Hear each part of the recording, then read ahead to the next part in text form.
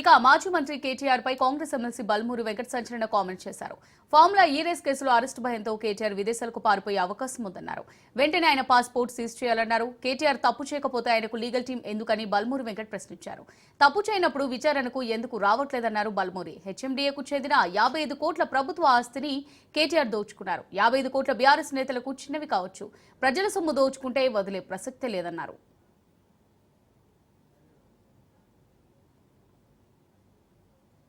Hyderabad brand కి సంబంధించి prestige గా తీసుకొని ఒక ప్రాజెక్ట్ తీసుకొని వచ్చింటే ఎందుకు ఆ ప్రాజెక్ట్ కి అందరూ భయపడి ఇన్వెస్టర్స్ పారిపోవడం జరిగింది.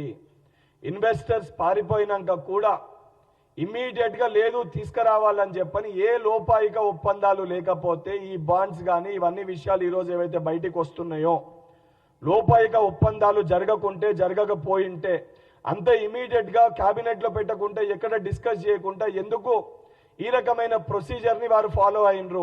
అండ్ చాలా క్లియర్ గా 2 స్టేట్మెంట్స్.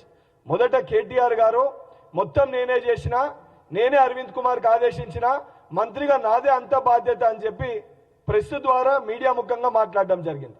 సేమ్ కాంట్రడిక్టరీగా కోర్టులోనేమో నాకేం సంబంధము, నేను మంత్రిని, అధికారులు చూసుకోవాలని చెప్పి మాట్లాడారు. అంటే ఈ డ్రామాలు ఈ నాటకాలు దేనికోసము? నిజంగా తప్పు చేయకపోతే విచారణకి అంగీకరించండి. విచారణకు వచ్చినప్పుడు ఎందుకు అడుగుతారు? ఏదో ఫాల్స్ గా నన్ను ట్రాప్ చేసి రాంగ్ స్టేట్మెంట్ రికార్డ్ చేస్తారని అంటారు. అరే చదువుకున్నావా చదువుకోలేదా? పోలీస్ అధికారులు స్టేట్మెంట్ రికార్డ్ చేసేటప్పుడు వీడియో పెడతారు. స్టేట్మెంట్ అనేది నువ్వు చెప్పినప్పుడు వీడియో పరంగా నీ వీడియో వాంగ్మూలం కూడా తీసుకోవడం జరుగుతుంది. నువ్వు తెలియకుండా నువ్వు మాట్లాడిందే నీ వీడియోలో రికార్డ్ అవుతుంది. ఆ కనీస అవగాహన లేకుండా, ఆలోచన లేకుండా ఇతర కేసులను ఎగ్జాంపుల్ చూపించి మాట్లాడుతుండు. అసలు దానికి దీనికి ఏ పొంతనన్న సంబంధం అని ఉందా? సంబంధం లేకుండా తప్పు చేసిండు కాబట్టి మళ్ళా లోపల పోయే పరిస్థితి ఏర్పడుతుందని. అండ్ నిన్న విచారణలో కూడా వచ్చినప్పుడు క్లియర్గా కోర్టు డైరెక్షన్ ఉంది అరెస్ట్ చేయొద్దని. కేవలం జరిగేది విచారణ మటుకే. ఆ విచారణకి మొత్తం నేనే చేసినా, మొత్తం నాదే బాధ్యత అన్నోనివి నువ్వు